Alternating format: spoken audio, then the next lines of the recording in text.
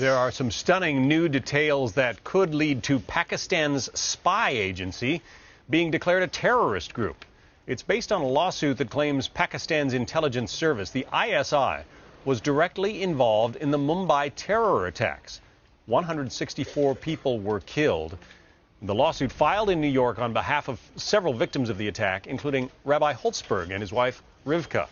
James Kreindler is the former New York State prosecutor who is filing that lawsuit and battling Pakistan's intelligence service. Just so our viewers know, it's in effect like going up against Pakistan's version of the CIA, right?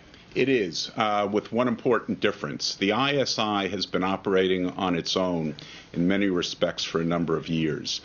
It's got its own agenda, which doesn't always match up with what the elected government officials of Pakistan want to do. So your theory of the case, the reason you're suing, is that you believe that the ISI supported those terrorists who attacked those hotels in Mumbai back in 2008 and led to the deaths of half a dozen of your clients, American citizens. Yes, exactly right. And our evidence is exactly the same as the evidence put forth by the United States government in the Rana trial that just concluded a week ago.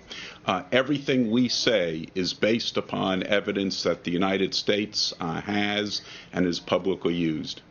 Well, obviously, at a time like this, after Osama bin Laden is found hiding out in Pakistan, and had been there for years without apparently their intelligence service knowing it, or at least letting on to the United States, everybody's asking the question, which side is Pakistan on in the fight against terrorism? Your conclusions? Well, I agree with the United States Senator who said the ISI has been acting as both an arsonist and a fireman, supporting LET and terror groups, while getting $2 billion in aid from the United States, largely to fight terrorism. There's no great love lost, obviously, between Pakistan and India. Your lawsuit suggests that the intelligence service was happy to be complicit in these attacks, maybe even to actively participate in them? Yeah, more than actively participate, played a leading role.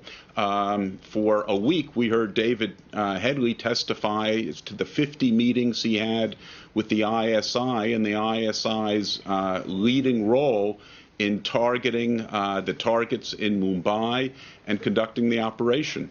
But they are a foreign government agency. Can't they plead essentially the governmental equivalent of diplomatic immunity? Well, exactly right. The ISI takes the position that it has the same immunity as Pakistan.